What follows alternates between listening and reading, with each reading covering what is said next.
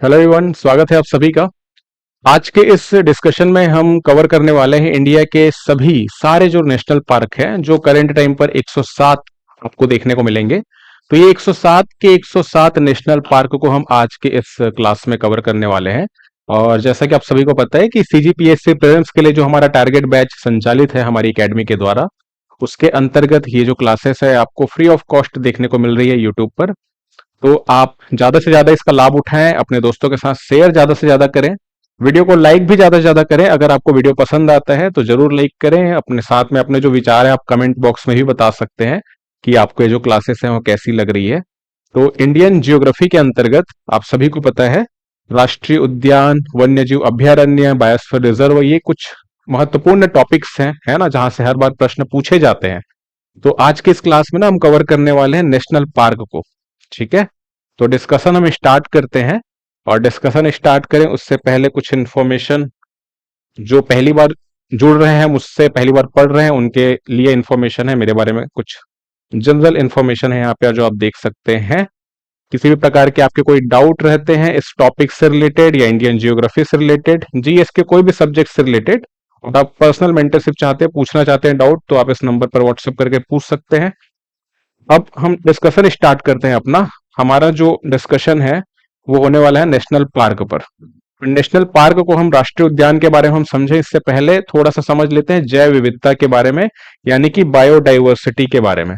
अक्सर इस शब्द के बारे में आप काफी बार सुनते होंगे, पढ़ते होंगे। तो इसका मतलब क्या है, बायोडाइवर्सिटी या जैव विविधता आखिर क्या है?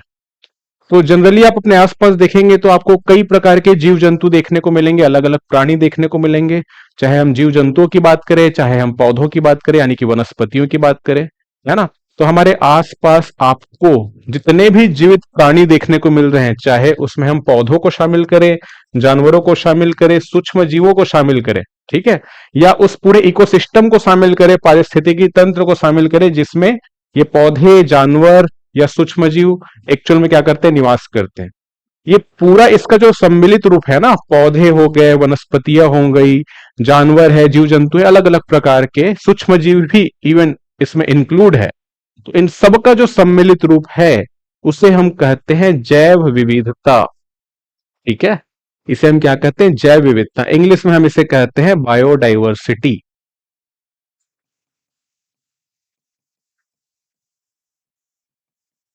और ये काफी ज्यादा इंपॉर्टेंट टर्म है, इंपॉर्टेंट एक्चुअल में ये चैप्टर भी है। इन्वायरमेंट के अंतर्गत एक बड़ा चैप्टर भी आपको देखने को मिलता है, बायोडाइवर्सिटी, जिसे हम जैव विविधता के नाम से जानते हैं। तो पृथ्वी पर मौजूद जितने भी जीवित प्राणी हैं, चाहे उसमें वनस्पतियों की बात करें, चाहे जीव जंतुओं की बात करें, चाहे सूक्ष्म जीव की बात करें, इन सब का जो सम्मिलित रूप है उसे हम क्या कहते हैं, जैव विविधता कहते हैं, बायोडाइवर्सिटी कहते हैं। और ये जैव विविधता जो है वो न सिर्फ इन जीव जंतु या पौधों की बात करें, इवन हमारी हम बात करते हैं, मनुष्यों की बात करते हैं, हमारे एग्जिस्टेंस के लिए ये काफी ज्यादा जरूरी है।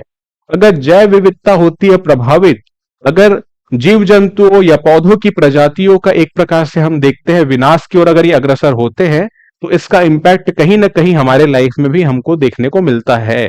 ठीक है, जो आप जनरली देख भी सकते हैं, नए नए प्रकार की बीमारियां आज के टाइम पर हम लोग देख रहे हैं जो कहीं ना कहीं बायोडाइवर्सिटी से कनेक्टेड है। ठीक है, तो बायोडाइवर्सिटी अपने आप में काफी ज्यादा इंपॉर्टेंट है ह्यूमन एग्जिस्टेंस के लिए भी, साथ में जितने भी प्लांट है, वेजिटेशन है, अलग अलग जो जीव जंतु है, उनके एग्जिस्टेंस के लिए भी। इसी कारण से हमको बायोडाइवर्सिटी का संरक्षण करना, इसका प्रोटेक्शन करना हमारे लिए काफी ज्यादा इंपॉर्टेंट है। अब जैव विविधता का संरक्षण जो है अलग अलग प्रकार से किया जाता है। कैसे किया जाता है, इसके लिए हम बात करें ना, इसके संरक्षण की, कंजर्वेशन कैसे किया जा रहा है बायोडाइवर्सिटी का। तो एक तो होता है इन सीटू कंजर्वेशन, जिसे कहा जाता है अंतः स्थानीय संरक्षण। कहने का मतलब यह है कि पौधे, वनस्पतियां या जीव जंतु जिस स्थान पर निवास कर रहे हैं उसी स्थान में उनका संरक्षण करना। तो संरक्षण के बेसिकली ना दो टाइप है, एक है इन सीटू कंजर्वेशन और एक होता है एक्स सीटू कंजर्वेशन।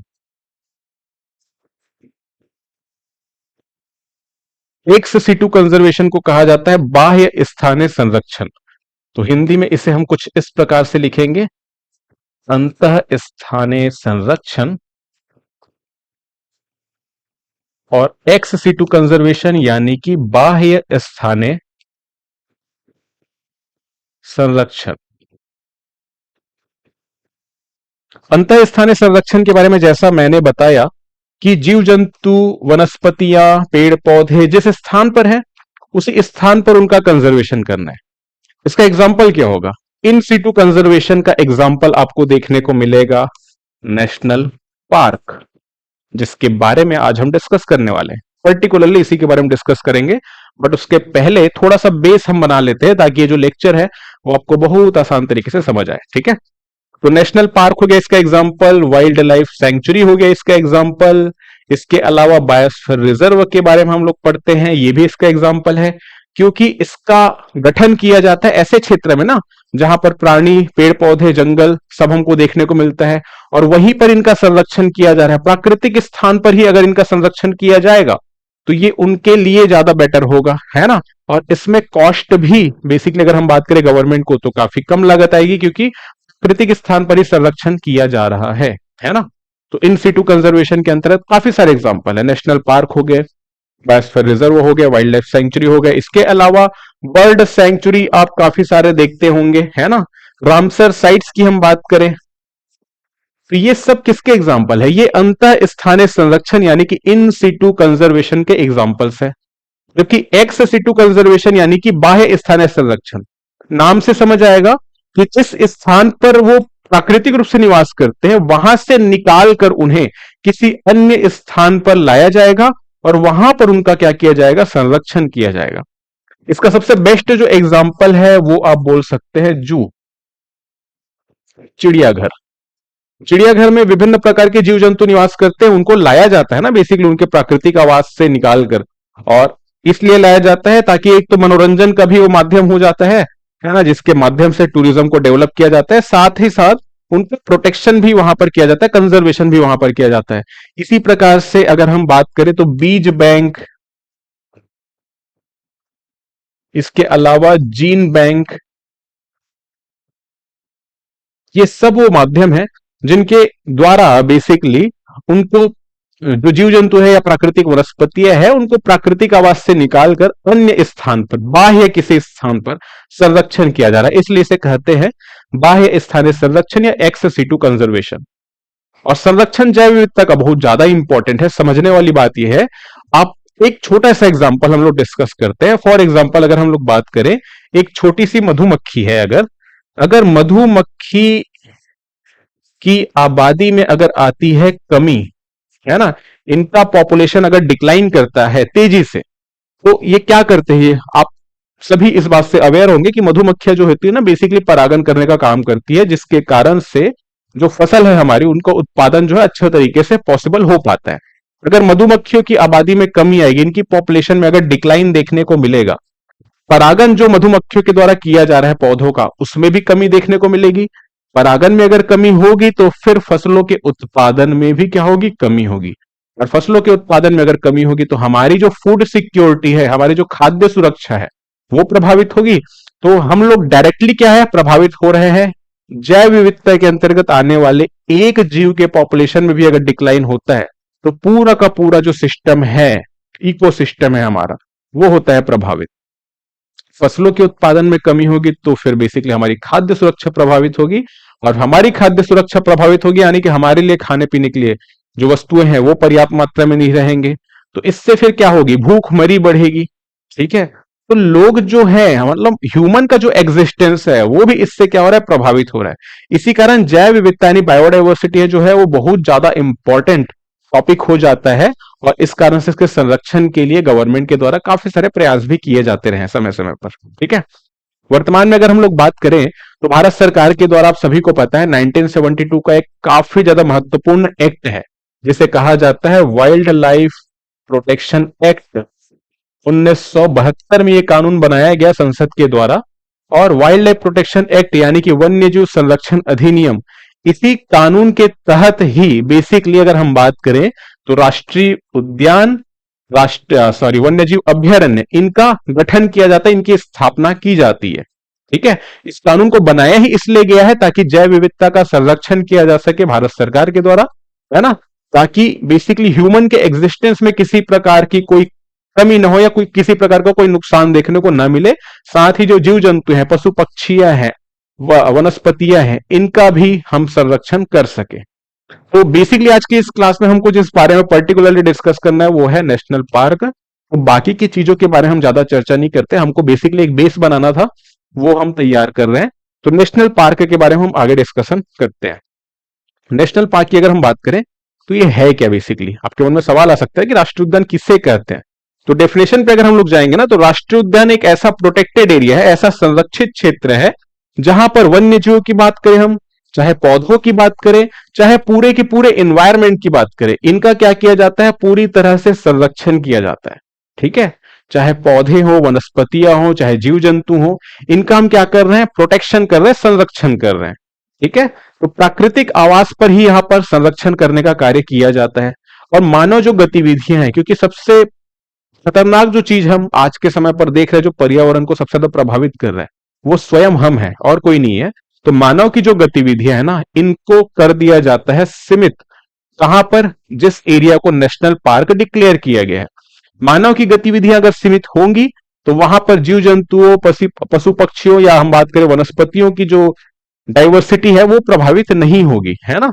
तो मानव की गतिविधियों को सीमित कर दिया जाता है, जैसे कि शिकार जैसी एक्टिविटी पर पूर्णतः प्रतिबंध लगा दिया जाता है। ठीक है, इसके अलावा पेड़ों की कटाई पर पूरी तरीके से रोक लगा दी जाती है। कहां पर, नेशनल पार्क की बात कर रहे हैं। किसी भी प्रकार के वाणिज्यिक उपयोग की अनुमति नहीं दी जाती, कोई कमर्शियल आपको काम यहां पर देखने को नहीं मिलेगा, व्यावसायिक कार्य करने की अनुमति नहीं होती यहां पर।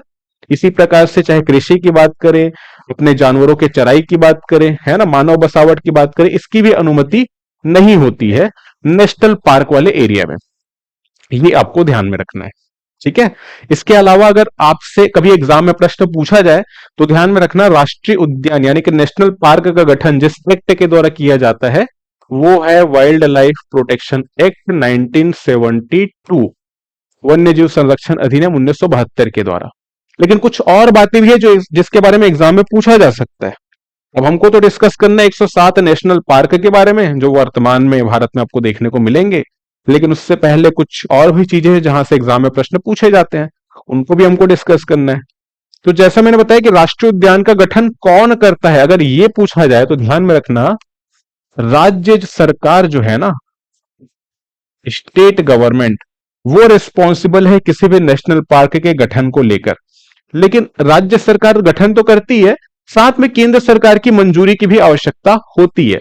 तो सबसे पहले अगर गठन की प्रक्रिया की हम बात करें तो राज्य सरकार एक प्रारंभिक अधिसूचना जारी करती है।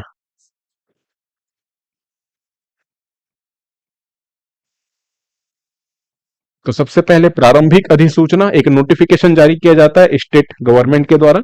जैसे फॉर एग्जांपल हम छत्तीसगढ़ के रहने वाले हैं ना, जैसे तो छत्तीसगढ़ में एक नया नेशनल पार्क अगर बनाना होगा तो सबसे पहले एक प्राइमरी नोटिफिकेशन जारी किया जाना जरूरी होगा, किसके द्वारा, स्टेट गवर्नमेंट। तो छत्तीसगढ़ सरकार के द्वारा एक प्रारंभिक अधिसूचना जारी की जाएगी कि भैया ये जगह है और यहां पर हमको नेशनल पार्क बनाना है। ठीक है, अब प्रारंभिक अधिसूचना जब जारी की जाएगी, इसके बाद जो अगला स्टेप होगा वो क्या होगा, अब जिस क्षेत्र में नेशनल पार्क बनाना है, ऑब्वियस सी बात है जंगल देखने को मिलेगा, जीव जंतु रहेंगे, वनस्पतियों के अलग अलग प्रकार है, तो उसका प्रोटेक्शन किया जाना जरूरी है।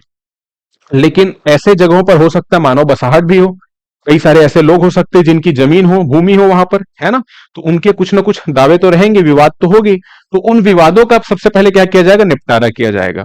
तो जब अधिसूचना जारी की जाती है तो विभिन्न जो दावे हैं, है ना, या किसी भी प्रकार की आपत्ति है, तो दावे की बात करें, आपत्तियों की बात करें, इनका क्या किया जाता है, इनका निपटारा किया जाता है। तो पहली बात तो इनको सुना जाएगा, भैया किनके क्या क्या दावे हैं उस क्षेत्र को लेकर, वो सबसे पहले आकर अपना जो बेसिकली बात है वो सरकार के सामने रखे और उसका पहले निपटारा किया जाएगा। ठीक है, और इसके बाद जब चीजें पाई जाती है कि अगर किसी प्रकार की समस्या है तो आप उनका वाकई में निपटारा किया जाता है। अगर मानव बसाहट है वहां पर तो उनको किसी अन्य स्थान पर विस्थापित किया जाएगा, इसके बदले उनको मुआवजा प्रदान किया जाएगा। ठीक है, मुआवजा प्रदान किया जाएगा उन्हें। या अगर हम लोग बात करें बेसिकली जिनके जिनके जिस भूमि को लेकर दावे हैं या किसी प्रकार की आपत्तियां हैं तो उनको मुआवजा प्रदान किया जाएगा। और साथ में आप ध्यान में रखना, भूमि अधिग्रहण किया जाएगा। किसके द्वारा किया जाएगा? सरकार के द्वारा किया जाएगा। ठीक है, तो ये कार्य जब सरकार पूर्ण तरीके से कर लेगी, जब सारे दावे, सारे जो विवाद है उनका निपटारा जब हो जाएगा, फाइनली सरकार के द्वारा भूमि अधिग्रहण कर लिया जाएगा उस एरिया में, तब फिर राज्य फिर क्या करेगी? अंतिम अधिसूचना जारी करेगी, है ना? अंतिम अधिसूचना जारी करेगी। और इस अधिसूचना जारी करने के पहले केंद्र सरकार की जो अनुमति है वो भी जरूर ली जाएगी। ठीक है, तो केंद्र सरकार की अनुमति भी ली जाएगी और उसके बाद फिर अंतिम अधिसूचना जारी की जाएगी। किसके द्वारा जारी की जाएगी? तो ध्यान में रखना, ये राज्य सरकार ही जारी करेगी। स्टेट गवर्नमेंट ही रिस्पॉन्सिबल है किसी भी एरिया को नेशनल पार्क डिक्लेयर करने के लिए। प्रारंभिक अधिसूचना पहले जारी करेगा राज्य सरकार, दावे आपत्तियां किसी भी प्रकार की है उस क्षेत्र में उसकी सुनवाई करेगा, उनका निपटारा करेगा, मुआवजा प्रदान करके, भूमि अधिग्रहण करके सारा चीज निपटारा किया जाएगा। इसके बाद फिर केंद्र सरकार से भी अनुमति ली जाएगी, जैसे कि वाइल्ड लाइफ इंस्टीट्यूट है ना, जिसका बेसिकली अगर हेडक्वार्टर की हम बात करें तो आपको देहरादून में देखने को मिलेगा। तो वो बेसिकली क्षेत्र की निगरानी करने का कार्य करता है। इसी प्रकार से हम बात करें, अगर उस पर्टिकुलर एरिया में अगर टाइगर का निवास अगर देखने को मिलता है तो नेशनल टाइगर कंजर्वेशन अथॉरिटी जो बॉडी है ना, वो उस क्षेत्र का बेसिकली ऑब्जर्वेशन करती है, अवलोकन करती है। तो जब इनके द्वारा एक्चुअल में मतलब एक्सेस दिया जाता है, अनुमति प्रदान की जाती है, तो उसके बाद फिर हम देखते हैं राज्य सरकार अंतिम अधिसूचना जारी करती है और उस क्षेत्र को नेशनल पार्क के रूप में क्या करती है? डिक्लेयर करती है, घोषित करती है। ठीक है, ये सारी जो चीजें हैं वो की जाती है वाइल्ड लाइफ प्रोटेक्शन एक्ट 1972 के तहत, जिसमें सारी जो प्रक्रिया है, नियम है, उनका वर्णन किया गया है कि किस प्रकार से राष्ट्रीय उद्यान का गठन किया जाएगा, उनके संरक्षण के लिए क्या क्या कार्य किए जाएंगे, इन सारी बातों के बारे में इस अधिनियम में बताया गया है। और इस अधिनियम के जिस सेक्शन के अंतर्गत राष्ट्रीय उद्यान का गठन किया जाता है वो सेक्शन है, वो धारा है, धारा 35। ठीक है, section 35 wild life protection act 1972 के सेक्शन 35 के तहत गठन किया जाता है किसका? नेशनल पार्क यानी कि राष्ट्रीय उद्यान का। और जैसा मैंने स्टार्टिंग में आपको बताया कि इसी एक्ट के तहत ही वाइल्ड लाइफ सेंचुरी का भी गठन किया जाता है। तो कौन से सेक्शन के तहत वाइल्ड लाइफ सेंचुरी का गठन किया जाता है? भैया नेशनल पार्क का गठन तो किया जा रहा है सेक्शन 35 के तहत। वाइल्ड लाइफ सेंचुरी की जब बात करेंगे ना, यानी कि वन्य जीव अभ्यारण्य की जब बात करेंगे, तो सेक्शन 18 यानी कि धारा 18 के तहत गठन किया जाता है वन्य जीव अभ्यारण्य का। ठीक है, ये कार्य भी कौन करता है? राज्य सरकार ही करती है। ठीक है, तो ये तो हमने डिस्कस कर लिया अब तक बेसिक चीजों के बारे में। अब मुद्दे पर आते हैं। सबसे ज्यादा जो सवाल जो पूछे जाते हैं एग्जाम में, राष्ट्रीय उद्यान का आपको क्वेश्चन देखने को मिल जाएगा। फॉर एग्जांपल पूछा जाएगा हेमिस राष्ट्रीय उद्यान किस राज्य में है ना? तो इस प्रकार से क्वेश्चन ज्यादा आते हैं, या जोड़ी मिलाव वाले प्रश्न ज्यादा देखने को मिलते हैं, या कई बार स्टेटमेंट वाले क्वेश्चन हमको देखने को मिल जाते हैं। डिफरेंट जो नेशनल पार्क है उनके बारे में प्रश्न पूछ ले जाते हैं। तो अब एक एक करके हम इंडिया के मैप में नेशनल पार्क को समझते हैं कि कौन कौन से राज्य में कौन कौन से नेशनल पार्क हैं। सारे के सारे नेशनल पार्क को कवर करेंगे इस वीडियो में, तो वीडियो को लास्ट तक जरूर देखें। और जैसा मैंने कहा, अगर पसंद आएगा तो लाइक जरूर करें, अपने दोस्तों के साथ शेयर जरूर करें वीडियो को। चलिए फिर डिस्कशन आगे करते हैं। भैया ये तो बेसिकली बात हम लोग करें तो आपको प्रिंटेबल फॉर्म में दिख रहा है नेशनल पार्क जो है हमारा, है ना? लेकिन हमको ऐसे नहीं समझना ना, हम इंडिया के मैप में एक एक करके कवर करेंगे इन सारी चीजों को। तो ये हमारा भारत का मैप और एक एक करके हम लोग कवर करते हैं। तो सबसे पहले हम ना हिमालयन स्टेट्स में जो नेशनल पार्क हैं उनको कवर करते हैं एक एक करके। अगर एक एक सेक्शन को अगर हम लोग टारगेट करेंगे तो फिर हम सारे नेशनल पार्कों को कवर कर लेंगे और आपको लंबे समय तक याद भी रहेगा। तो सबसे पहले हम ना हिमालयन स्टेट्स को कवर करेंगे। तो फिर हम लोग पहले सबसे पहले देखते हैं जम्मू कश्मीर को, देन लद्दाख, हिमाचल प्रदेश, उत्तराखंड, सिक्किम, यहां तक देखते हैं। या पहले काम करते हैं, ये 4 स्टेट को ही पहले देखते हैं। तो नॉर्थ ईस्ट के जो सारे नेशनल पार्क है उनको एक अलग सेक्शन में कवर कर लेंगे। एक एक करके सारी चीजें डिस्कस करते हैं, आपको लंबे समय तक याद रहेगा। सबसे पहले हम जिस एरिया को टारगेट कर रहे हैं वो है उत्तर भारत, और उत्तर भारत के 4 स्टेट। तो सबसे मतलब 4 स्टेट बोलने का मतलब है 2 स्टेट है, 2 यूनियन टेरिटरी है। ठीक है, तो सबसे पहले टारगेट करते हैं किसको? जम्मू कश्मीर को। नंबर की बात कर लेते हैं। देखो भाई, याद रखना, सबसे पहले इसको याद करने का मैं कोई ट्रिक तो बताने वाला हूं नहीं, सारे नाम मैं आपको समझाने की कोशिश करूंगा। और हम लोग याद कैसे करेंगे? सबसे पहले तो नंबर आपको याद होनी चाहिए। जम्मू कश्मीर में आपको देखने को मिलेंगे 4 नेशनल पार्क। लद्दाख में हम देखेंगे केवल एक नेशनल पार्क। हिमाचल प्रदेश की बात करें तो यहां पे हम देखेंगे 5 नेशनल पार्क, और उत्तराखंड में हम लोग देखेंगे 6 नेशनल पार्क। ठीक है, अब एक एक करके ना इनके नाम हम देखते चलते हैं, क्या क्या इनके नाम है। अब सबसे पहले हम डिस्कस कर रहे हैं कहां से? जम्मू कश्मीर से। जम्मू कश्मीर में आपको याद रखना है 4 नेशनल पार्क है। एक है दाची गाम। दाची गाम नेशनल पार्क काफी ज्यादा इंपॉर्टेंट है। अंगुल के प्रोटेक्शन के लिए ये एरिया जो है काफी ज्यादा फेमस है। ठीक है, तो दाची गाम नेशनल पार्क के बारे में याद रखना। दूसरा है किश्तवाड़। किश्तवाड़ नेशनल पार्क भी को कहां पर देखने को मिलेगा? जम्मू कश्मीर में देखने को मिलेगा। ठीक है, तो दाची गाम हो गया, किश्तवाड़ हो गया, तीसरा है काजी नाग, और चौथा है सिटी फॉरेस्ट। सिटी फॉरेस्ट जो नेशनल पार्क है ना, इसे हम सलीम अली नेशनल पार्क के नाम से भी जानते हैं। ठीक, तो ये 4 नेशनल पार्क आपको देखने को मिलेंगे जम्मू कश्मीर में। सबसे पहले नाम याद रखना है दाचीगाम, दूसरे नंबर पर याद रखना है किश्तवाड़, तीसरे नंबर पर याद रखना है काजीनाग, और चौथा जो है वो है सिटी फॉरेस्ट, जो आपको श्रीनगर में देखने को मिलेगा, और इसे सलीम अली नेशनल पार्क के नाम से भी हम जानते हैं। क्लियर है? काफी ज्यादा इंपॉर्टेंट है, यहां से काफी सारे प्रश्न पूछे भी जाते हैं एग्जाम में, तो इनको ध्यान में रखना। ठीक है, अब एक नेशनल पार्क हम लोग देखेंगे कहां पर? लद्दाख में देखेंगे। लद्दाख में जो नेशनल पार्क है, उस नेशनल पार्क का नाम है हेमिश नेशनल पार्क। और इसके बारे में खास बात यह है कि यह भारत का सबसे बड़ा नेशनल पार्क है इन टर्म्स ऑफ एरिया। क्षेत्रफल के आधार पर भारत का सबसे बड़ा नेशनल पार्क कौन सा है? Hamish national park. लगभग 4400 स्क्वायर किलोमीटर इस नेशनल पार्क का क्षेत्रफल है। ठीक है, भारत का सबसे बड़ा नेशनल पार्क है। क्षेत्रफल के आधार पर पूछा जाता है इस प्रकार के क्वेश्चन। ठीक है, स्नो लेपर्ड की आबादी यहां पर काफी देखने को मिलती है ना, तो स्नो लेपर्ड का कंजर्वेशन भी किया जाता है यहां पर। लेकिन याद रखना, सबसे बड़ा नेशनल पार्क अगर जब पूछा जाए तो याद रखना हेमिश नेशनल पार्क है। ठीक है, लगभग 4400 स्क्वायर किलोमीटर इसका क्षेत्रफल है। और एक और डेटा के बारे में अगर मैं बताऊं तो जितने भी नेशनल पार्क है इंडिया में, उनका कुल क्षेत्रफल जो है ना, वो भारत के वन, बेसिकली हम लोग बात करें वन क्षेत्रफल का 1.35% है ना। भारत में जितने वन आपको देखने को मिलेंगे, जितने जंगल देखने को मिलेंगे ना, उनका परसेंटेज, मतलब उनके कुल क्षेत्रफल का 1.35 जो परसेंट है वो नेशनल पार्क कवर कर रहा है ना। तो ये भी आपको ध्यान में रखना है, काफी इंपॉर्टेंट चीज है। अब इसके बाद हम लोग आ जाते हैं हिमाचल प्रदेश से। हिमाचल प्रदेश में जैसा हमने डिस्कस किया पहले कि 5 नेशनल पार्क है यहां पर। कौन कौन से नेशनल पार्क है? तो सबसे पहले याद रखना है आपको नाम, एक है great Himalayan, great Himalayan national park. Second आपको याद रखना है इंदर किला।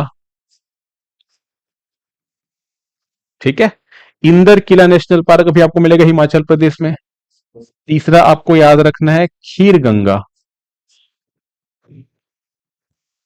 इंदर किला, फिर है खीर गंगा। ठीक है, फिर याद रखना है सिम बालबरा।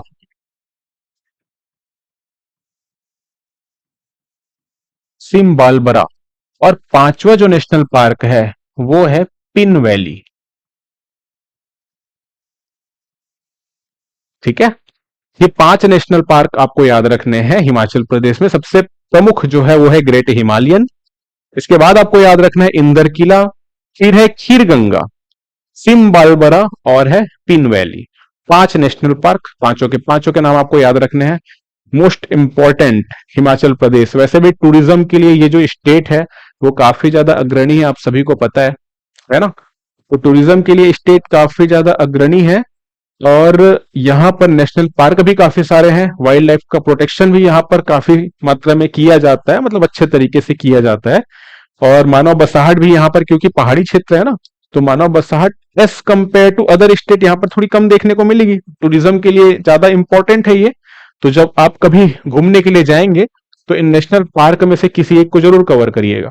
ठीक है, अब देखते हैं ना उत्तराखंड में कौन कौन सा नेशनल पार्क है। टोटल तो वैसे हम बात करें तो संख्या के आधार पर 6 नेशनल पार्क है। जो सबसे पहला जो नेशनल पार्क है पूरे भारत का, वो आपको देखने को मिलेगा उत्तराखंड में। ठीक है, तो कौन कौन से 6 नेशनल पार्क है, सबसे पहले डिस्कस कर लेते हैं जिम कॉर्बेट। जिम कॉर्बेट जो नेशनल पार्क है, ये भारत का पहला नेशनल पार्क है जिसका गठन जो है वो हुआ था 1936 में। और 1936 में जब इसका गठन हुआ था तब इसका नाम जिम कॉर्बेट नहीं था, तब इसका नाम था Hailey national park. Hailey national park. ठीक है, बाद में आजादी के बाद 1954 में इसका नाम चेंज किया गया और जिम कॉर्बेट किया गया। और हम इसको रामगंगा नेशनल पार्क के नाम से भी जानते हैं, क्योंकि इस नेशनल पार्क के बीचों बीच से प्रवाहित होती है एक नदी जिसे हम कहते हैं रामगंगा, जो कि ट्रिब्यूटरी है किसकी, गंगा नदी की, है ना। उत्तराखंड में दूधाटोली रेंज से, दूधाटोली पर्वत श्रृंखला से उद्गम होता है रामगंगा नदी का, जो बेसिकली गंगा नदी पे आकर मिल जाती है उत्तर प्रदेश में, है ना। तो रामगंगा जो नदी है वो जिम कॉर्बेट से होकर के ही प्रवाहित होती है। और ये जो जिम कॉर्बेट नेशनल पार्क है ये उत्तराखंड के नैनीताल जिले के अंतर्गत आता है ना। नैनीताल काफी फेमस हिल स्टेशन है, आप सभी को इसके बारे में पता होगा। तो ये ध्यान में रखना, जिम कॉर्बेट, जिसे रामगंगा नेशनल पार्क के नाम से भी जानते हैं। इसके बाद है राजाजी नेशनल पार्क। ये भी काफी फेमस नेशनल पार्क है। उत्तराखंड में आपको हरिद्वार देखने को मिलेगा, देहरादून देखने को मिलेगा, जिस एरिया में राजाजी नेशनल पार्क आता है। मैं उत्तराखंड गया था आज से लगभग 1 साल पहले, है ना। तब इस एरिया में बेसिकली मैंने टाइगर सफारी भी किया था। हालांकि टाइगर देखने को नहीं मिला, लेकिन ऐसा कहा जाता है कि ये मतलब एकदम प्रो टाइगर जोन है, काफी मात्रा में यहाँ पर टाइगर निवास करते हैं। आप बोल सकते हो उस टाइम हमारी किस्मत उतनी अच्छी नहीं थी जो टाइगर देखने को नहीं मिला। बाकी है नेशनल पार्क काफी ज्यादा डेंस है, काफी ज्यादा घना है। और यहां से होकर के गंगा नदी प्रवाहित होती है, राजाजी नेशनल पार्क से होकर के। ठीक है, जिम कॉर्बेट से प्रवाहित हो रही है रामगंगा नदी। रामगंगा नदी गंगा नदी पे आकर मिल जाएगी, कहां पर, उत्तर प्रदेश में। ठीक है, तो Jim Corbett, Rajaji national park. फिर आपको याद रखना है गंगोत्री नेशनल पार्क। ठीक है, गंगोत्री नेशनल पार्क के बारे में याद रखना, जहां से भागीरथी नदी का उद्गम हुआ। ठीक है, वो एरिया टोटल। इसके बाद है एक गोविंद पशु विहार। नाम में भले इसके पशु विहार है, लेकिन है ये एक्चुअल में राष्ट्रीय उद्यान। तो गोविंद पशु विहार भी राष्ट्रीय उद्यान है, जो कि उत्तराखंड में है। पांचवा जो आपको याद रखना है वो है नंदा देवी। नंदा देवी यहाँ की सबसे ऊंची पर्वत चोटी भी है, और उसके आसपास का जो पूरा एरिया है बायोडाइवर्सिटी से काफी समृद्ध है। इस कारण से नेशनल पार्क के रूप में उसे डिक्लेयर किया गया है।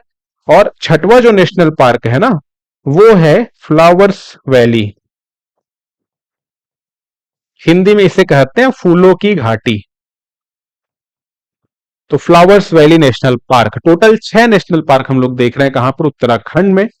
सबसे पहले हमने डिस्कस किया Jim Corbett national park, then है राजाजी नेशनल पार्क, फिर हमने डिस्कस किया गंगोत्री नेशनल पार्क, फिर है गोविंद पशु विहार।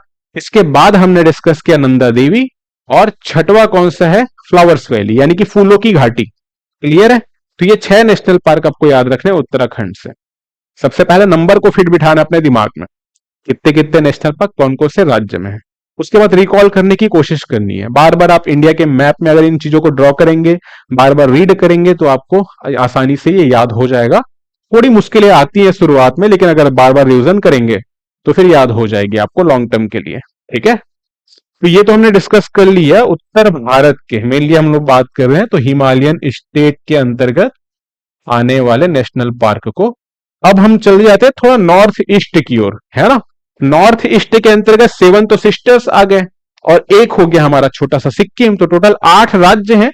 इन 8 राज्यों में कौन कौन सा नेशनल पार्क है उसको डिस्कस कर लेते हैं, फिर हम बाकी के इंडिया के जो पार्ट है उसमें अलग अलग नेशनल पार्क को कवर करेंगे। ठीक है, तो एक नया मैप ले लेते हैं हम लोग।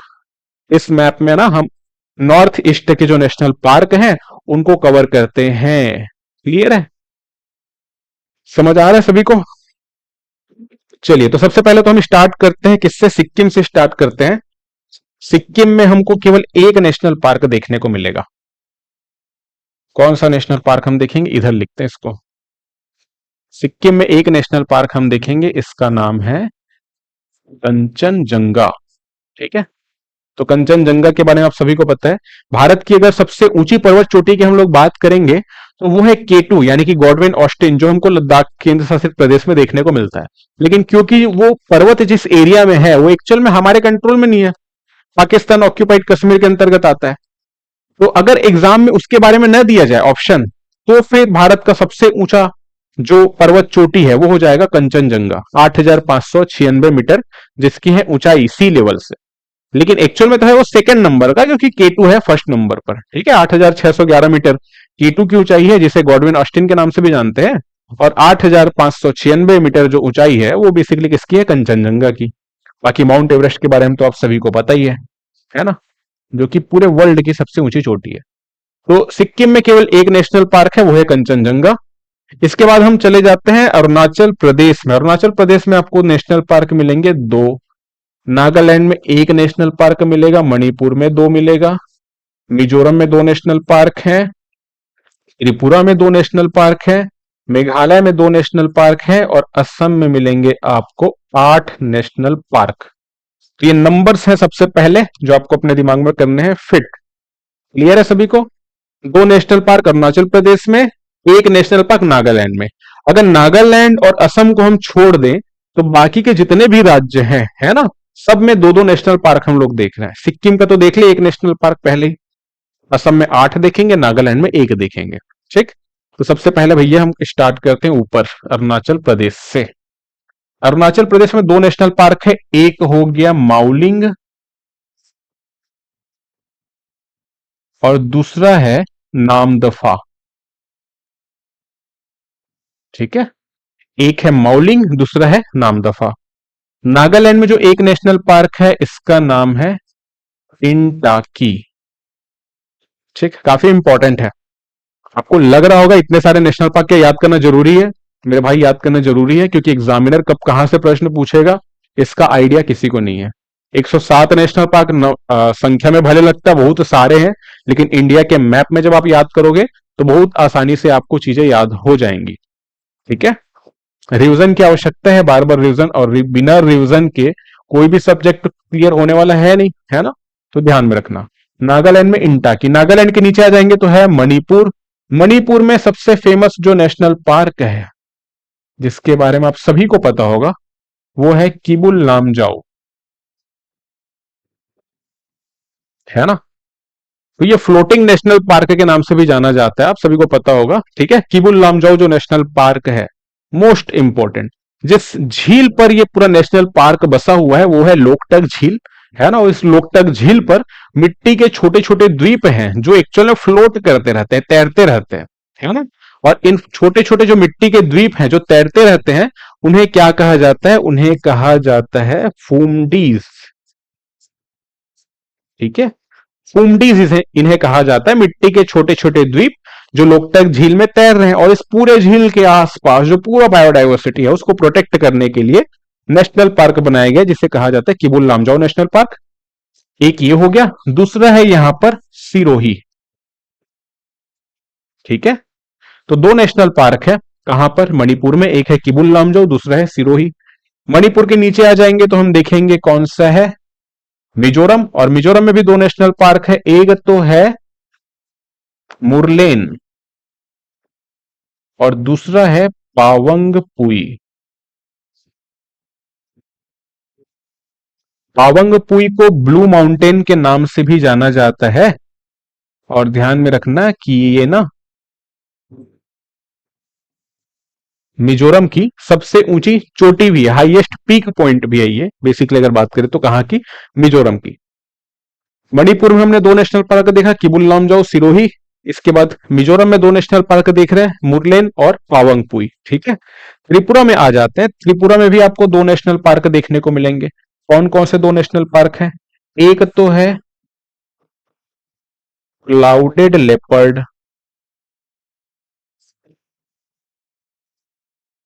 ठीक है, एक है क्लाउडेड लेपर्ड, दूसरा आपको याद रखना है बाइसन। ये दो नेशनल पार्क आपको मिलेंगे कहां पर? त्रिपुरा में। क्लियर है सभी को? ठीक है। और इसके बाद हम देख रहे हैं दो नेशनल पार्क कहां पर है? मेघालय में है। मेघालय में जो नेशनल पार्क आपको मिलेगा, एक है नॉकरेक और दूसरा है बालाफक्रम।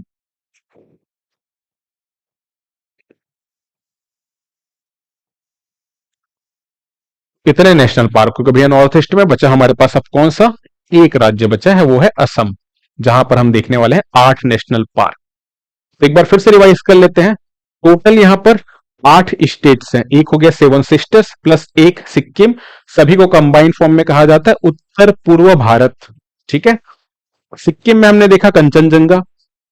इसके बाद हम चले गए अरुणाचल प्रदेश सीधे। दो नेशनल पार्क है, एक है माउलिंग, दूसरा है नामदफा। अरुणाचल के नीचे आ जाएंगे तो नागालैंड, केवल एक नेशनल पार्क जो है इंटाकी। नागालैंड के नीचे मणिपुर, सबसे important Keibul Lamjao national park, पूरे नॉर्थ ईस्ट में बहुत इंपॉर्टेंट है ये किबुल लामजाओ नेशनल पार्क। कहां पे है? मणिपुर में। इसके अलावा सिरोही भी है मणिपुर में। मणिपुर के नीचे आ जाएंगे तो मिजोरम है। मिजोरम में दो नेशनल पार्क है, एक है मुरलेन, दूसरा है पावंगपुई। ठीक है। और इसके बाद त्रिपुरा में देखते हैं तो दो नेशनल पार्क है, एक है बाइसन, दूसरा है क्लाउडेड लेपर्ड। और फिर चले जाते हैं मेघालय। मेघालय में भी दो नेशनल पार्क, नौकरेक और बालाफक्रम। नौकरेक के बारे में फैक्ट ये है कि गारो खासी जयंतिया जो हिल्स हैं, जिसके लिए पूरा मेघालय फेमस है, इस हिल्स की, इस कंबाइंड हिल्स की सबसे ऊंची चोटी है नौकरेक। ठीक है। तो ये ध्यान में रखना, नौकरेक और बालाफक्रम कहां पर? मेघालय में, है ना। अब बचा हमारे पास कौन सा राज्य? असम। असम में हम लोग देख रहे हैं 8 नेशनल पार्क है। तो कौन कौन से नेशनल पार्क है? सबसे पहले तो याद रखना नाम, जो यहाँ का सबसे फेमस नेशनल पार्क है वो है काजीरंगा। सिंगल हॉर्न्ड राइनो जो है, एक सिंग वाले गैंडे के, ये जो नेशनल पार्क काफी ज्यादा फेमस है। उनका प्रोटेक्शन यहाँ पर काफी किया जाता है। केवल यही पाया जाता है ऐसा नहीं है, नॉर्थ ईस्ट में आपको ज्यादातर देखने को मिलेगा ये सिंगल हॉर्न्ड राइनो जो है, उनकी जो आबादी है वो। लेकिन इनकी आबादी का जो सबसे प्रमुख जो संरक्षण का केंद्र है वो है काजीरंगा नेशनल पार्क, एक सिंग वाला गैंडा। ठीक है। काजीरंगा के अलावा यहां पर आपको देखने को मिलेगा मानस नेशनल पार्क। मानस नदी है ना जो प्रवाहित होकर होती है, बेसिकली भूटान से प्रवाहित होकर इंटर करती है इंडिया में, है ना, जो कि ट्रिब्यूटरी है, सहायक नदी है किसकी? ब्रह्मपुत्र की। तो उस नदी के किनारे पूरा नेशनल पार्क जो है बसा हुआ है। तो काजीरंगा है, मानस हो गया। इसके बाद याद रखना है नमेरी, नमेरी नेशनल पार्क याद रखना। फिर एक इंपॉर्टेंट है ओरांग। ठीक है। नमेरी है, ओरांग है। पांचवा आपको याद रखना है रायमोना। ठीक। छठवां जो नेशनल पार्क है वो है डिब्रू सैखोवा। ठीक। डिब्रू सैखोवा नेशनल पार्क, ये भी असम में है। फिर एक है देहिंग पटकाई।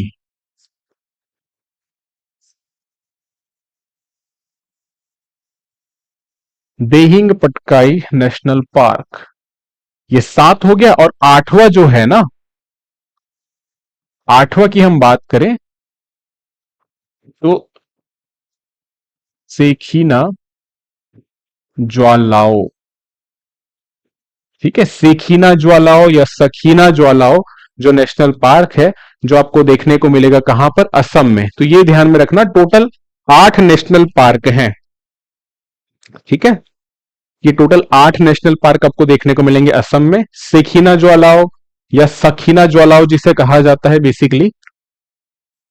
तो ये टोटल 8 नेशनल पार्क हम लोग देख रहे हैं असम में। सबसे पहले हमने डिस्कस किया काजीरंगा, फिर है मानस, फिर है नामेरी, फिर है ओरांग, चारों ये हो गए।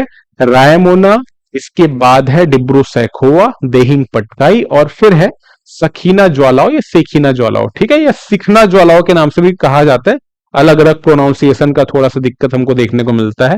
क्लियर है? तो सखीना ज्वालाओ ये आपको याद रखना है। टोटल 8 नेशनल पार्क असम में। सबसे इंपॉर्टेंट काजीरंगा, एक सिंग वाले गैंडे के संरक्षण के लिए काफी प्रसिद्ध स्थल है। और ब्रह्मपुत्र नदी में काफी बार बाढ़ की समस्या भी हमको देखने को मिलती है, जिससे यहाँ पे जो एक सींग वाला गैंडा है और अन्य जो वन्य जीव प्रजातियां जो है वो काफी ज्यादा प्रभावित हो जाती हैं, है ना। तो ये आपको ध्यान में रखना है। ये हमने डिस्कस किया नॉर्थ ईस्ट के जो नेशनल पार्क है उनके बारे में। अब थोड़ा हम लोग समझते हैं जो हमारा जो सेंट्रल पार्ट ऑफ इंडिया है, जिसमें उत्तरी क्षेत्र को अभी टारगेट करते हैं, उसके अंतर्गत नेशनल पार्क डिस्कस करते हैं। ठीक है, तो देखो मेरे भाई, सबसे पहले तो याद रखना, पंजाब की अगर हम लोग बात करें तो पंजाब में आपको कोई नेशनल पार्क देखने को नहीं मिलने वाला। पंजाब में नो नेशनल पार्क, कोई नेशनल पार्क नहीं है। हरियाणा में आपको दो नेशनल पार्क मिल जाएंगे, दो नेशनल पार्क। कौन कौन सा? एक है कालेसर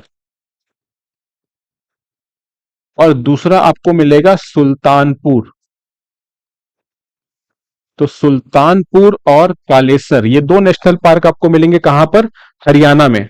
पंजाब में कोई नेशनल पार्क नहीं। ठीक है, उत्तर प्रदेश में देखते हैं एक नेशनल पार्क है, उसका नाम है दुधवा नेशनल पार्क। ठीक, दुधवा नेशनल पार्क याद रखना उत्तर प्रदेश में। बिहार में चले जाएंगे तो बिहार में भी एक नेशनल पार्क है, इसका नाम है वाल्मीकि, है ना। उत्तर प्रदेश में एक नेशनल पार्क दुधवा, बिहार में एक नेशनल पार्क वाल्मीकि। बिहार से जो राज्य अलग होकर के बना वो है झारखंड, और झारखंड में भी एक नेशनल पार्क, इसका नाम है बेटला। ठीक, बेटला नेशनल पार्क, ये कहां पर है? झारखंड में है। उत्तर प्रदेश, बिहार, झारखंड, तीनों जगह है एक एक नेशनल पार्क। उत्तर प्रदेश में है दुधवा नेशनल पार्क, बिहार में है वाल्मीकि नेशनल पार्क, और झारखंड में है बेटला नेशनल पार्क। तो काफी आसान है ना। एक एक नेशनल पार्क है तो याद तो रखना ही है। पंजाब में कोई नेशनल पार्क नहीं है, हरियाणा में दो नेशनल पार्क है, एक है सुल्तानपुर और दूसरा है कालेसर। ठीक है, तो इसको याद जरूर रखना। क्लियर सभी को? अब इसके बाद देख लेते हैं हम लोग पश्चिम बंगाल के बारे में, कवर कर लेते हैं। पश्चिम बंगाल को क्यों छोड़े, है ना। पश्चिम बंगाल में हम देखेंगे total 6 national park, 6 national park हम लोग देखेंगे पश्चिम बंगाल में। तो कौन कौन से नेशनल पार्क है पश्चिम बंगाल में? एक तो नाम आपको याद रखना है बक्सा, बक्सा नेशनल पार्क है यहां पर। फिर है जल्दापारा, जल्दापारा नेशनल पार्क, सब पश्चिम बंगाल का देख रहे हैं ना अभी। इसके बाद है गोरुमारा,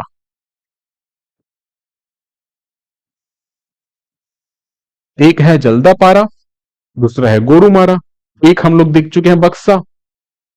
फिर यहां पर याद रखना एक फेमस वैली है यहां पर, जिसे कहा जाता है नेवरा वैली। तो नेवरा वैली नेशनल पार्क भी हम लोग देखेंगे कहां पर? पश्चिम बंगाल में। इसके बाद अब यहाँ पे टाइगर काफी ज्यादा रहते हैं ना, और टाइगर को कई बार हम लोग क्या बोलते हैं, शेर से कंपेयर कर लेते हैं। हालांकि शेर अलग होता है, टाइगर अलग होता है ना। तो शेर को हम लोग फिर सिंह भी बोलते हैं ना, तो याद रखना सिंह से कनेक्ट करना सिंह। तो सिंह लीला, ठीक है, सिंह लीला या सिंह लीला भी जिसे कहते हैं हम लोग, तो ये ध्यान में रखना है। कई बार यहाँ पे कंफ्यूजन हमको देखने को जनरली मिलता है। ठीक है, तो सिंह लीला नेशनल पार्क के नाम से बेसिकली हम लोग जानते हैं। ठीक है, सिंह लीला कहें या सिंह लीला कहें। और इसके बाद जो सबसे इंपॉर्टेंट जो है वो है सुंदरबन। ठीक, तो इसको आप सिंह लीला कर लेते हैं हम लोग, ज्यादा बेटर रहेगा। कुछ क्षेत्र में या कुछ बुक वगैरह में आपको सिंह लीला भी देखने को मिल सकता है, अलग नहीं है, सेम है। ठीक है, 6 नेशनल पार्क देख रहे हैं, बक्सा है, जल्दापारा, गोरुमारा, नेवरा वैली, सिंह लीला और है सुंदरबन।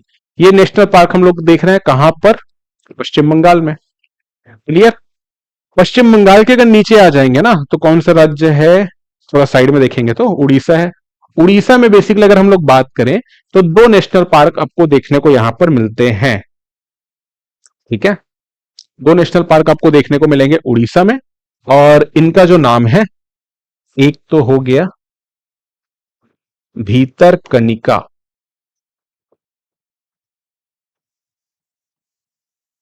Bhitarkanika national park. ठीक है, ऑलिव रिडले टर्टल के लिए ये एरिया जो है काफी ज्यादा फेमस है। एक टर्टल है ना, जिसकी स्पीसीज है olive Ridley, olive Ridley turtle के लिए एरिया काफी फेमस है, भीतरकनिका नेशनल पार्क। और दूसरा आपको याद रखना है सिमलीपाल।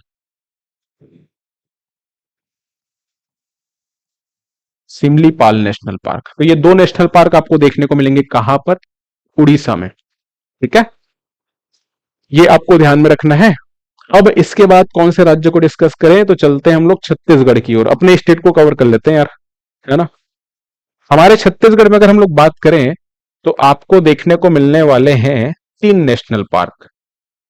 ठीक है, अभी तक हम लोग देख चुके हैं बाकी के, जो पहले हम लोग हिमालयन स्टेट्स को कवर किया हमने, 4 राज्यों को उत्तर के, फिर नॉर्थ ईस्ट को कवर किया हमने।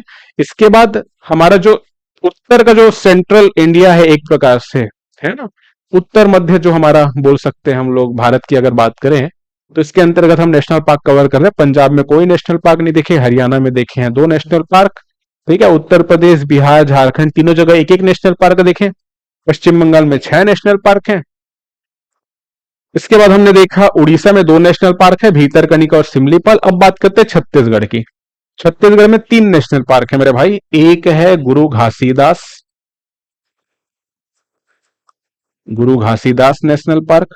दूसरा आपको याद रखना है यहां पर इंद्रावती नेशनल पार्क। और तीसरा है यहां पर कांगेर वैली। ठीक है, कांगेर वैली, जिससे कांगेर घाटी भी आप कह सकते हैं, है ना, क्योंकि वैली मतलब क्या होता है? घाटी ही तो होता है। ठीक, तो Kanger valley national park, Indravati national park और गुरु घासीदास नेशनल पार्क। सबसे बड़ा नेशनल पार्क कौन सा है छत्तीसगढ़ का? गुरु घासीदास नेशनल पार्क। ठीक है, तो ये 3 नेशनल पार्क हम देखते हैं छत्तीसगढ़ में। छत्तीसगढ़ से नीचे आ जाते हैं तो आंध्र प्रदेश है और तेलंगाना हम लोग देख रहे हैं। तो पहले इसको ही हम लोग डिस्कस कर लेते हैं, या एक काम करते हैं, पहले राजस्थान और गुजरात को कवर कर लेते हैं, फिर एमपी को कवर कर लेते हैं, फिर एक साथ दक्षिण भारत की ओर आएंगे, है ना। हाँ, तो पहले अपन काम करते हैं, राजस्थान को कवर कर लेते हैं यार। राजस्थान को क्यों छोड़े पहले? तो राजस्थान की अगर हम लोग बात करें ना, तो राजस्थान में आपको देखने को मिलेंगे total 5 national park. 5 national park देखेंगे राजस्थान में। कौन कौन सा है? सबसे पहले तो है डेजर्ट नेशनल पार्क। डाउट ही नहीं होना चाहिए अगर कभी पूछा जाएगा मरुस्थल नेशनल पार्क, मरुस्थल राष्ट्रीय उद्यान या डेजर्ट नेशनल पार्क कौन से राज्य में है। अब सभी को पता है थार का जो डेजर्ट है राजस्थान में है। तो यहां पे एक हम देखेंगे डेजर्ट नेशनल पार्क, है ना, जिससे हिंदी में मरुस्थल नेशनल पार्क के नाम से हम जानते हैं। फिर आपको याद रखना है सरिस्का, काफी फेमस टाइगर रिजर्व है ये, सरिस्का नेशनल पार्क। तीसरा आपको याद रखना है रणथंभौर। ठीक है, Ranthambore national park, Sariska national park, Ranthambore national park. फिर इसके बाद चौथा हम लोग कहां पर लिखे? चौथा ऊपर लिख रहे हैं ना। चौथा आपको याद रखना है केवला देव नेशनल पार्क। और पांचवा जो नेशनल पार्क है राजस्थान में, वो है बेसिकली अगर हम लोग बात करें तो मुकुंदरा हिल्स। ठीक, मुकुंदरा हिल्स नेशनल पार्क। ये टोटल 5 नेशनल पार्क है कहां पर? राजस्थान में। ठीक है, एक हो गया डेजर्ट नेशनल पार्क, फिर हमने देखा सरिस्का नेशनल पार्क, फिर हमने देखा रणथंभौर, फिर है केवला देव, और कौन सा देखा लास्ट में? मुकुंदरा हिल्स। ये टोटल 5 नेशनल पार्क है कहां पर? राजस्थान में। राजस्थान के बाद अगर बात करें गुजरात की, तो गुजरात में आपको 4 नेशनल पार्क देखने को मिलेंगे। कौन कौन से 4 नेशनल पार्क हैं? एक है black buck, black buck national park. Black buck national park को वेलावदर राष्ट्रीय उद्यान के नाम से भी जाना जाता है। ठीक है, तो ब्लैक बक के बारे में याद रखना। ब्लैक बक मतलब नहीं समझ पा रहे हो तो कृष्ण मृग, काले रंग का जो हिरन होता है ना, उसको कहा जाता है। जिसका शिकार किसने किया था अब सभी को पता है, मैं बोलूंगा नहीं, है ना, क्योंकि डिस्प्यूटेड मैटर है। किसी ने कहा था, किसी ने कहा शिकार किया है, किसी ने कहा नहीं किया है ना। रियलिटी क्या है ये तो भगवान जानेंगे, तो और जो किया है वो जानेंगे, है ना। तो ब्लैक बक नेशनल पार्क, यानी कि ब्लैक बक मतलब कृष्ण मृग, काले रंग का जो हिरन होता है उसकी बात की जा रही है। ठीक है, इनका संरक्षण के लिए केंद्र बनाए गए बेसिकली कहां पर, गुजरात में। केवल गुजरात में ही नहीं पाए जाते, राजस्थान में भी आपको बहुत आयत में देखने को मिलेंगे, लेकिन ध्यान में रखना है ये जो नेशनल पार्क है वो कहां पे है, गुजरात में। वेलावदर के नाम से भी जानते हैं। इसके अलावा आपको मिलेगा गिर नेशनल पार्क। गिर नेशनल पार्क सबसे फेमस में से एक है, क्योंकि पूरे भारत में, या यूं कहे तो पूरे एशिया में, अगर एशियाटिक लायन कहीं पर पाया जाएगा तो वो केवल और केवल भारत के गुजरात के गिर नेशनल पार्क में। प्राकृतिक रूप से ना भाई, ऐसा नहीं कि उठा के चिड़ियाघर में ले आए, उसकी बात नहीं कर रहे हैं। प्राकृतिक रूप से अगर कहीं पर पाया जाता है तो वो केवल गुजरात के गिर नेशनल पार्क में, ऑल ओवर इंडिया और कहीं पर नहीं मिलेगा। एशियाटिक लायन, शेर। ठीक। इसके बाद एक है यहां पर वंसदा नेशनल पार्क, गुजरात में। और चौथा याद रखना है आपको, इधर मैं नोट डाउन करता हूं, चौथा है मरीन नेशनल पार्क। ठीक है, जिससे ना gulf of Kutch national park के नाम से भी हम जानते हैं। ठीक है, gulf of Kutch national park या मरीन नेशनल पार्क कहें, ये 4 टोटल नेशनल पार्क है कहां पर, गुजरात। सबसे प्रमुख गिर नेशनल पार्क, फिर आपको याद रखना है ब्लैक बक नेशनल पार्क, फिर याद रखना है वंसदा नेशनल पार्क, और एक है मरीन। ठीक है, कच्छ मरीन या gulf of Kutch marine national park के नाम से जानते हैं। क्लियर है? तो ये तो हो गई बात गुजरात की। अब थोड़ा हम लोग मध्य प्रदेश के बारे में डिस्कस कर लेते हैं, जहां पर आपको मिलेंगे सबसे ज्यादा नेशनल पार्क। ठीक है, मध्य प्रदेश नेशनल पार्क के नंबर के मामले में टॉप मोस्ट स्टेट है इंडिया का। 11 नेशनल पार्क आपको देखने को मिलेंगे मध्य प्रदेश में। 11 नेशनल पार्क। तो अगर पूछा जाएगा ना सबसे ज्यादा नेशनल पार्क मेरे भाई कौन से राज्य में है, तो वो है मध्य प्रदेश में। कौन कौन से नेशनल पार्क है, याद रखना है कान्हा नेशनल पार्क। ठीक, कान्हा किसली के नाम से भी हम लोग जानते हैं। फिर याद रखना है कूनो नेशनल पार्क। अब कूनो के बारे में तो काफी ज्यादा चर्चा है, क्योंकि जो चीते लाए गए थे हम लोग ने अफ्रीका से, नामीबिया से जो चीते इंपोर्ट किए, आयात किए, उनको हम प्राकृतिक रूप से कूनो नेशनल पार्क में बसाने की कोशिश कर रहे हैं, है ना। तो ये कहां पर है, मध्य प्रदेश में है। तो कान्हा है, कूनो है, इसके अलावा यहां पर है माधव नेशनल पार्क। फिर आप याद रखना बांधवगढ़, काफी फेमस है ये भी। Satpura national park. छठवें नंबर पर है वन विहार, वन विहार नेशनल पार्क। ठीक है, इसके बाद अगर हम लोग बात करें तो पेंच नेशनल पार्क भी हम देखते हैं यहां पर। पेंच के अलावा पन्ना नेशनल पार्क भी है। पन्ना वही है ना जहां से हीरा निकाला जा रहा है। इसके अलावा यहां पर संजय नेशनल पार्क भी है, संजय गांधी के नाम पर, इंदिरा गांधी के पुत्र, है ना, जिनकी विमान हादसे में मृत्यु हो गई थी, है ना। तो संजय नेशनल पार्क भी हम देखते हैं। और संजय नेशनल पार्क का ही वो एरिया जो छत्तीसगढ़ में भी है, क्योंकि इसका विस्तार 2 राज्यों में था, मध्य प्रदेश, छत्तीसगढ़। छत्तीसगढ़ अलग राज्य बन गया बाद में। तो छत्तीसगढ़ में जो संजय नेशनल पार्क का जो एरिया है ना, छत्तीसगढ़ सरकार ने उसका नामकरण चेंज करके गुरु घासीदास नेशनल पार्क किया। क्लियर है यहां तक? संजय नेशनल पार्क का ही एरिया था छत्तीसगढ़ के उत्तरी क्षेत्र में, जिसका नाम परिवर्तित करके गुरु घासीदास नेशनल पार्क किया गया। और मध्य प्रदेश में जो है वो संजय नेशनल पार्क के नाम से आज भी जाना जाता है। 9 तो ये हो गए। 10वां याद रखना है डायनासोर फॉसिल नेशनल पार्क। भैया डायनासोर का जीवाश्म मिला है मध्य प्रदेश में, है ना। तो डायनासोर फॉसिल नेशनल पार्क। और 2 फॉसिल नेशनल पार्क है मध्य प्रदेश में। एक है डायनासोर फॉसिल नेशनल पार्क, दूसरा है घुघुआ फॉसिल नेशनल पार्क। ठीक है, तो टोटल 11 नेशनल पार्क है मध्य प्रदेश में।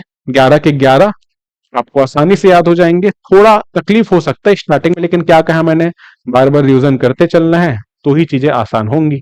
कान्हा, कुनो, माधव, बांधवगढ़, सतपुड़ा, वन विहार, पेंच हो गया, पन्ना हो गया, और है संजय, फिर है dinosaur fossil, Ghughua fossil. 11 national park हो गए मध्य प्रदेश में। छत्तीसगढ़ हमने डिस्कस कर लिया है, उड़ीसा डिस्कस कर लिया है। अब इसके बाद हम ना महाराष्ट्र के बारे में डिस्कस कर लेते हैं। चलिए, तो महाराष्ट्र में कितने नेशनल पार्क हैं? महाराष्ट्र में आपको नेशनल पार्क की जो संख्या मिलेगी वो मिलेगी 6। 6 नेशनल पार्क है महाराष्ट्र में। एक है चंदोली नेशनल पार्क, फिर याद रखना है गुगामल नेशनल पार्क, ठीक है, चंदोली, गुगामल, नवेगांव नेशनल पार्क आपको मिलेगा महाराष्ट्र में। सबसे प्रमुख जो नेशनल पार्क है वो है Tadoba national park. Most important, काफी प्रश्न पूछे जाते हैं यहां से महाराष्ट्र में। तदोबा नेशनल पार्क कहां पे है? तो महाराष्ट्र में है, ठीक है। चंदोली, गुगामल, नवेगांव, तदोबा। इसके बाद याद रखना है एक है संजय, ठीक है, नेशनल पार्क, और एक हम लोग देखेंगे यहां पर बेसिकली बात करें तो पेंच नेशनल पार्क, ठीक है। तो संजय नेशनल पार्क और पेंच नेशनल पार्क बेसिकली हम लोग यहां पर देखेंगे, ठीक। संजय गांधी नेशनल पार्क आपको मध्य प्रदेश में तो देखने को मिला ही, छत्तीसगढ़ में भी उसका जो हिस्सा था उसका नामकरण बाद में चेंज किया गया, ये मैंने बताया। और एक संजय गांधी नेशनल पार्क और आपको देखने को मिलेगा, कहां पर? हम लोग बात करें महाराष्ट्र में, जिसे बोरीवली नेशनल पार्क के नाम से भी हम लोग जानते हैं। तो एग्जाम में कुछ भी आएगा आप ध्यान में रखना, बोरीवली नेशनल पार्क बोले या संजय गांधी नेशनल पार्क बोले, यहां पर महाराष्ट्र में। हाँ, लेकिन अगर संजय नेशनल पार्क का पूछा है तो ज्यादातर चांस ये है कि एग्जामिनर टारगेट कर रहा है मध्य प्रदेश को।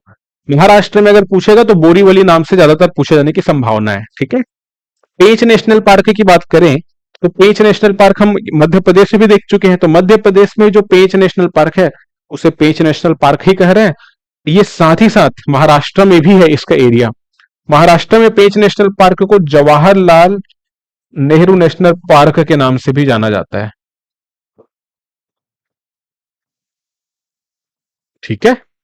तो ये टोटल 6 नेशनल पार्क आपको देखने को मिलेंगे, कहां पर? महाराष्ट्र में। चंदोली, गुगामल, नवेगांव, तदोबा, पेंच और संजय। क्लियर है सभी को? ऑनलाइन जितने भी लोग ये वीडियो देख रहे हैं, आई होप आप सभी को समझ आ रहा होगा।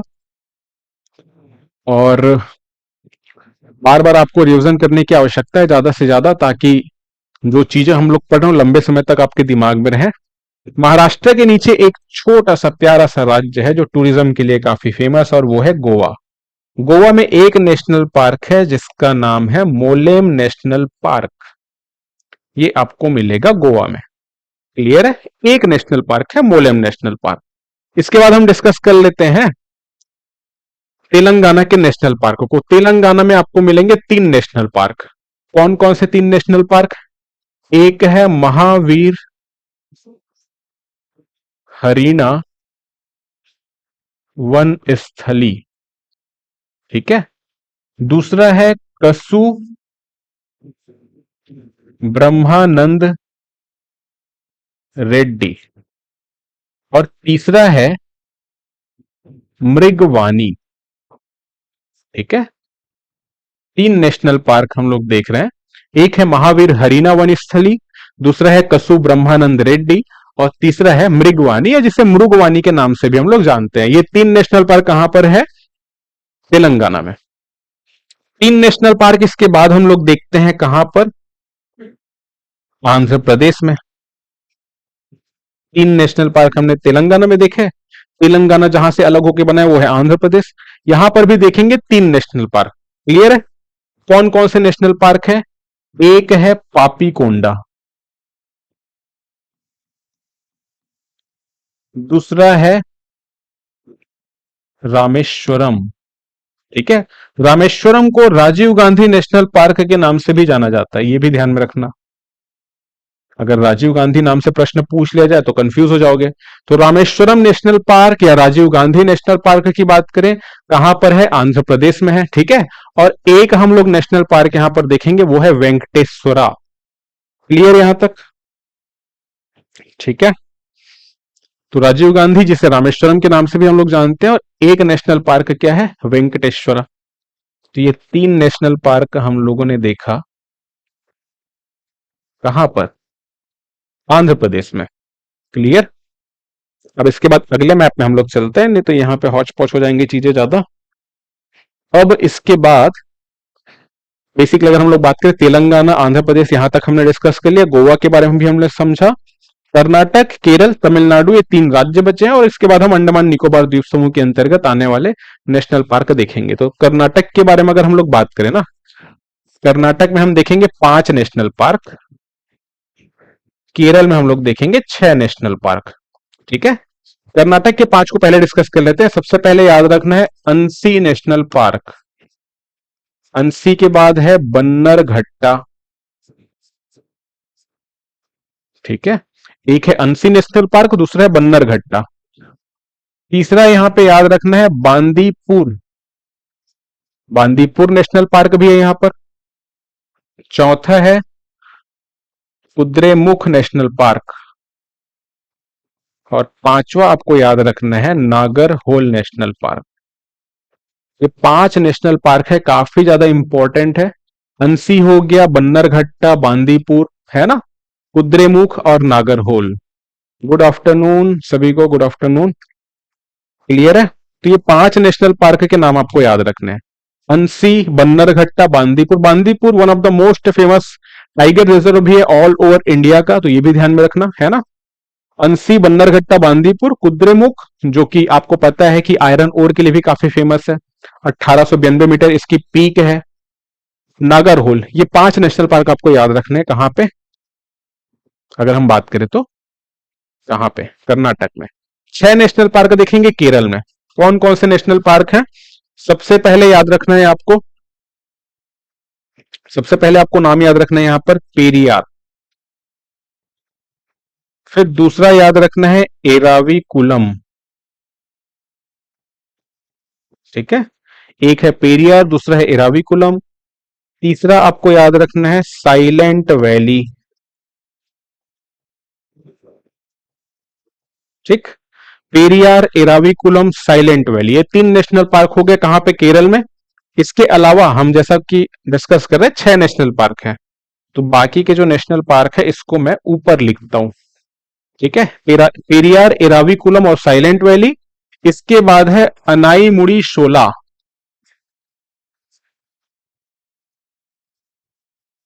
यहाँ के जो वन है ना, वो 16 वन के नाम से काफी फेमस है। ठीक है, तो अनाईमुड़ी 16 के बारे में याद रखना है, ये हो गया चौथा। पांचवा है पंबादुम 16 और छठवा याद रखना है मथीकेटन 16। इन तीनों के नाम में लास्ट में आपको 16 वर्ड मिल रहा है जो कि कॉमन है। ठीक है, ये तो आप देख रहे हैं कर्नाटक के और ये हम लोग देख रहे हैं केरल के। ठीक है, 3 नीचे लिखा गया है, 3 ऊपर लिखा गया, ध्यान में रखना। ठीक है, अनाईमुड़ी 16, पंबादुम 16 और मथिकेटन 16। 3 तो 16 वन हो गए जो कि नेशनल पार्क है। इसके अलावा बात करें तो पेरियार है, एराविकुलम है और साइलेंट वैली है। तो टोटल 6 नेशनल पार्क हो गए केरल के। अब बचा एक राज्य जो कि है तमिलनाडु। तमिलनाडु में आपको मिलेंगे मेरे भाई 5 नेशनल पार्क। सबसे पहला याद रखना है गुइंडी, गुइंडी नेशनल पार्क। ठीक है, दूसरा याद रखना है गल्फ ऑफ मन्नार,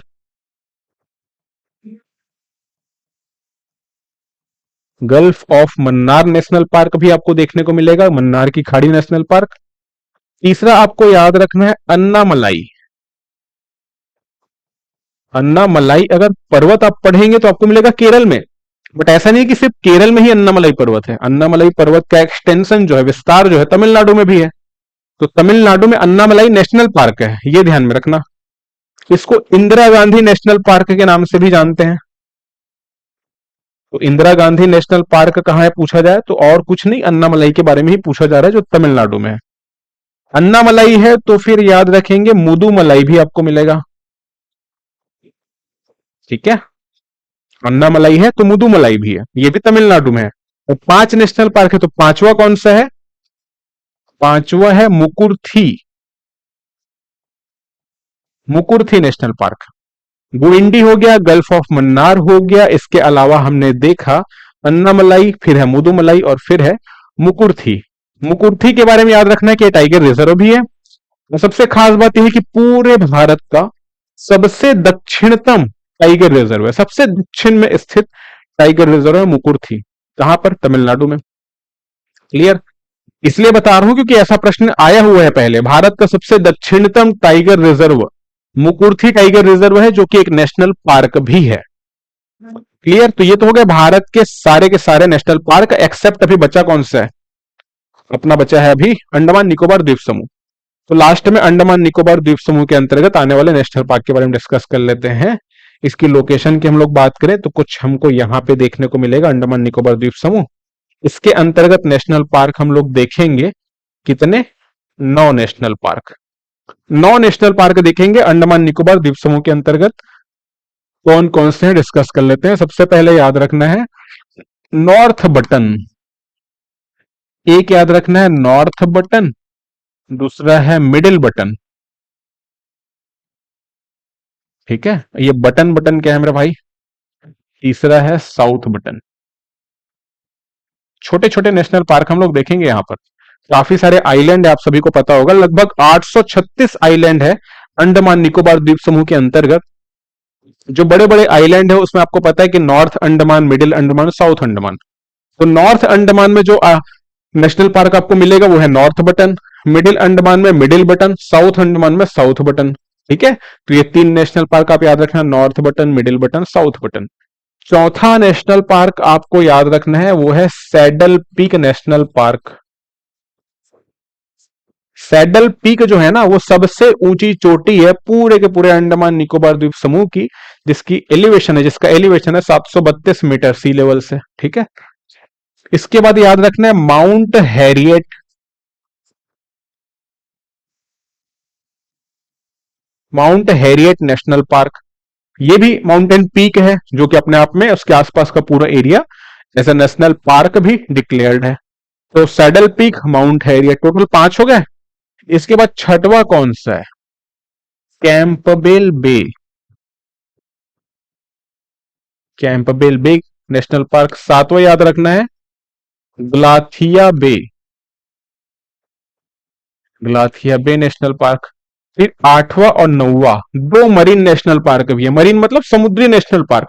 समुद्री जो पारिस्थितिकी तंत्र है, जो जीव जंतु है, उनको संरक्षित करने का कार्य किया जा रहा है। जो तट के पास के जो समुद्री जीव जंतु है, जो पूरा वेजिटेशन है, उसको संरक्षित करने का कार्य किया जाता है। एक मरीन नेशनल पार्क हमने देखा गल्फ ऑफ कच्छ, जो गुजरात में था, आपको याद होगा। एक मरीन नेशनल पार्क मैंने बताया यहां पे गल्फ ऑफ मन्नार, तमिलनाडु में। दो मरीन नेशनल पार्क बता रहा हूं अंडमान निकोबार द्वीप समूह में। एक का नाम है Mahatma Gandhi marine. Mahatma Gandhi marine national park. Marine मतलब समुद्री नेशनल पार्क की बात की जा रही है ना। और नौवा जो है यहां पर, यानी कि दूसरा जो मरीन नेशनल पार्क है वो है रानी झांसी मरीन नेशनल पार्क। ठीक, तो ये टोटल 9 नेशनल पार्क हो गए कहां पे? अंडमान निकोबार द्वीप समूह में। North Button, Middle Button, South Button. ठीक है, Mount Saddle Peak, Mount Harriet, इसके बाद है Campbell Bay, Galathea Bay, Mahatma Gandhi marine और Rani Jhansi marine. Total 9 national park. और ये सारे के सारे हो गए इंडिया के पूरे 107 नेशनल पार्क। क्लियर है? तो इस वीडियो में हमने कवर किया भारत के सभी राष्ट्रीय उद्यानों को। तो आज की डिस्कशन थी यहीं तक। आपको ये वीडियो कैसा लगा आप कमेंट बॉक्स में जरूर बताएं। पसंद आया तो आप ज्यादा से ज्यादा कमेंट जरूर करें किस और टॉपिक पर आपको ऐसा वीडियो चाहिए, क्योंकि जैसा कि आप सभी को बताया आपका जो एग्जाम है काफी पास है ना। अच्छे से तैयारी करने की आवश्यकता है आप सभी को। तो किस टॉपिक पर आपको वीडियो चाहिए आप कमेंट बॉक्स में बता सकते हैं। लाइक जरूर करें वीडियो को, जिससे हमें मोटिवेशन मिले आपके लिए लगातार ऐसे वीडियो लाने के लिए, है ना। मैं हूं अविनाश सिन्हा। इंडियन जियोग्राफी का ये लेक्चर हम कवर कर रहे थे अभी तक। तो आज के डिस्कशन में यहीं तक। अब अगली क्लास में मिलेंगे किसी और इंपॉर्टेंट टॉपिक के साथ। तो ये डिस्कशन करते हैं हम यहीं तक। वीडियो कैसा लगा जरूर बताएं। ठीक है, थैंक यू।